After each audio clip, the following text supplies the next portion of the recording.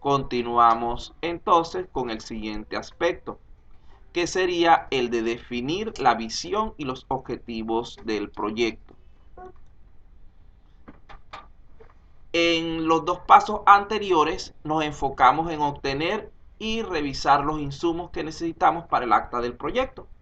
A partir de ahora vamos a comenzar a preparar el borrador del acta, apoyándonos en la plantilla del acta de proyecto similar a la que tienen allí para descarga. Creo que se las puse en descargas del día de ayer. Al elaborar el acta de proyecto, el primer paso es identificar la visión que engloba el propósito final del proyecto. Creo que era la 3 o la primera o la última, no me recuerdo, la que está en Word, porque las otras están en PDF. Ajá. Y de allí se puede comunicar la meta final en la que el proyecto se debe enfocar.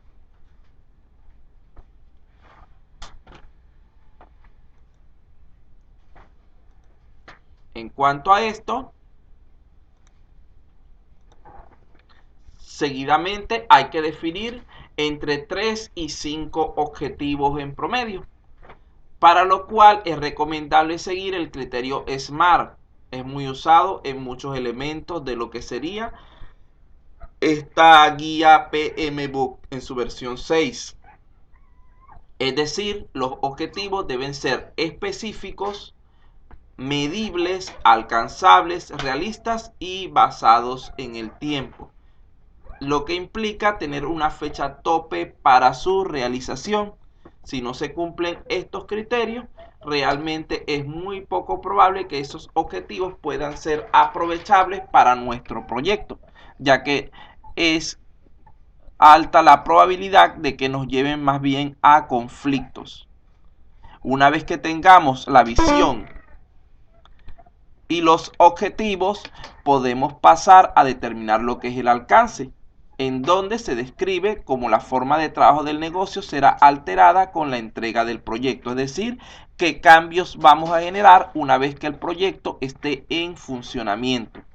Además, hay que distinguir cada uno de los entregables que se irán creando a lo largo del proyecto y que permitirán validar nuestro avance del mismo.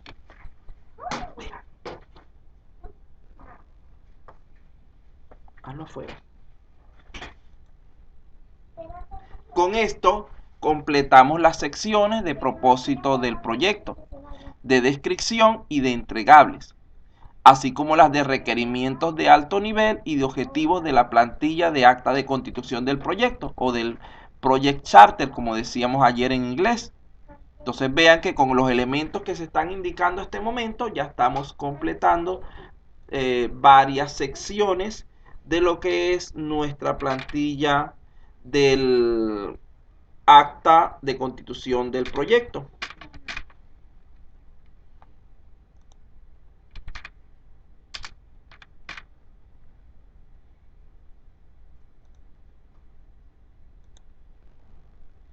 Vamos entonces con lo que sería el siguiente elemento, que es definir la organización del proyecto.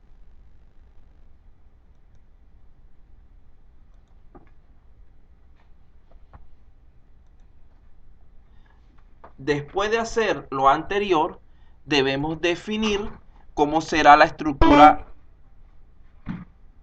No. Esas planillas no van a ser tarea. Solamente la vamos a dejar de carácter informativo porque no quiero tampoco saturarlos demasiado con actividades.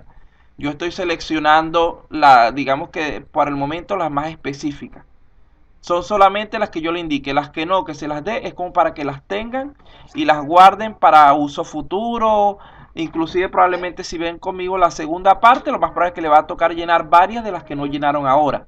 Porque realmente la segunda parte del curso es prácticamente los mismos contenidos de teoría, pero subiendo la dificultad o nivel de los entregables que deben ir haciendo. Si ahorita yo lo que les solicito es solamente diseñar el sistema, para la próxima es obligatorio o puede ser obligatorio el presentar un prototipo básico. Y si llegamos a la tercera, la idea es que ya presenten el sistema listo. Entonces vean que por el momento no voy a pedirles esas planillas llenas y enviadas al correo. Simplemente quiero que las revisen para que vean la información que deben colocar allí. Bueno, continuamos entonces con la explicación. Una vez que hagamos ya los pasos anteriores, debemos definir cómo será la estructura organizacional del proyecto, para lo cual debemos primeramente hacer una lista de clientes, interesados, funciones, responsabilidades, líneas de reporte, entre otros. Pero ¿a quién llamamos cliente? Los clientes son las personas que recibirán los entregables cuando el proyecto o las etapas se vayan completando, cuyas expectativas deben ser satisfechas. En cuanto a esto, nuestro cliente puede ser el dueño del negocio, pero por lo general va más orientado a los operadores o usuarios que tendrá el sistema, ya que como se ha hablado en repetidas ocasiones, muchas veces el dueño del negocio se encarga de lo que es firmar documentos, pagar montos, etcétera, pero no realiza lo que es el uso intensivo del sistema. Eso lo hacen otras personas denominados empleados u operadores.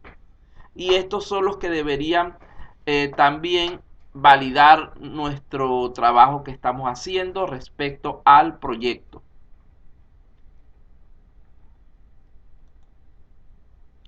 Por otra parte, tenemos los interesados. Los interesados son personas o entidades que pueden ser tanto internas como externas a la organización que solicitó el proyecto y que tienen algún involucramiento en el elemento de tipo clave. Por ejemplo, un contralor financiero, él no nos pidió el proyecto, pero sí está interesado en su avance porque él es el que se encarga de manejar lo que es la parte de dinero. El presidente ejecutivo de la empresa porque es el que tiene que supervisar y él tiene que firmar los diferentes documentos.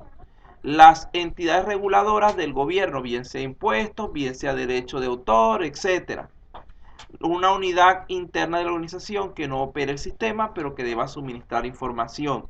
Por ejemplo, en áreas de producción, muchos de los operadores, de los empleados que se encargan de realizar el trabajo manual o el trabajo funcional, no operan directamente el sistema, pero nosotros necesitamos información de ellos para saber cómo funciona en realidad ese proceso.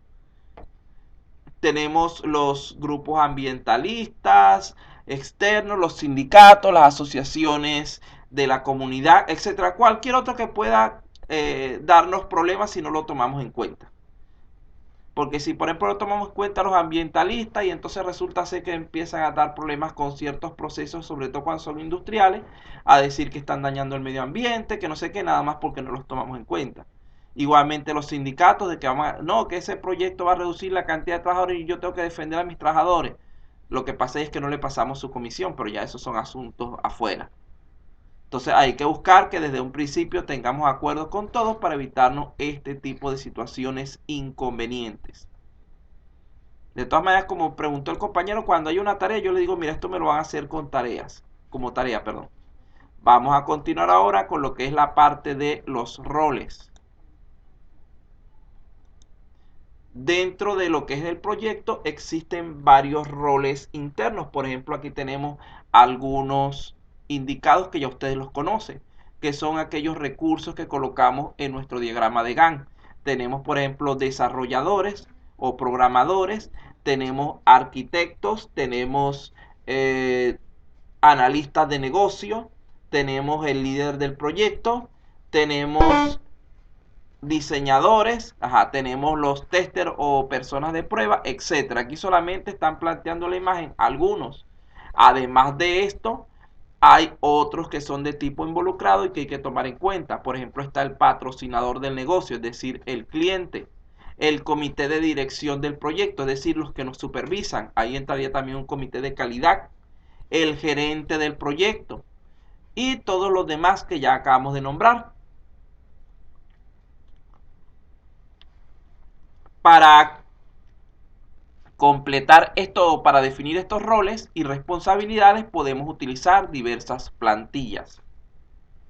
En nuestro caso lo utilizamos fue lo que es el Gantt Project o diagrama de Gantt. En cuanto a la estructura, si uno de ellos renuncia, sigue el trabajo, se contrata a otro o se sigue sin esa persona. Eso depende de quién es el que renuncia.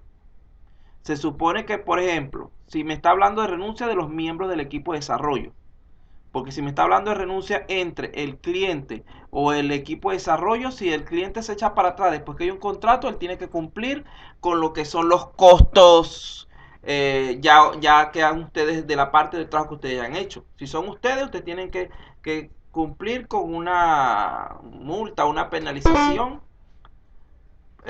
por el trabajo que les falta por hacer. Sí, por ejemplo, por eso es que generalmente uno no habla de que hay, por ejemplo, un solo programador. Generalmente hay dos o tres, por si acaso alguno falla, tenemos a los otros. Los analistas generalmente se ponen dos. El de base de datos se ponen un par. Yo coloqué nada más que uno en su proyecto por cuestiones de tiempo. Y así, siempre hay, por lo general, la mayoría de esos cargos se trabajan por pares. Claro está, el líder del proyecto no va a renunciar porque es el que más le conviene realizar todo, es lo que hace supervisar todo. Y ese contrato que está ahí de trabajo, entonces igualmente obliga a las partes. Te va a obligar a ese desarrollador que no puede irse hasta que no cumpla con ciertas características. En caso contrario, tiene que pagar una penalización de tipo económico. Bueno, continuamos entonces con la parte de la estructura. Una vez que tengamos definidos los roles y una idea de las funciones necesarias para llevar a cabo el término del proyecto, podemos definir las líneas de reporte entre ellas, es decir, las líneas de autoridad, y elaborar un organigrama. Las secciones de la plantilla del acta de constitución de proyecto o project charter del PMBOK relacionadas con esta son la lista de interesados, los requisitos de aprobación, la asignación del gerente del proyecto o líder de proyecto, de personal y los recursos preasignados.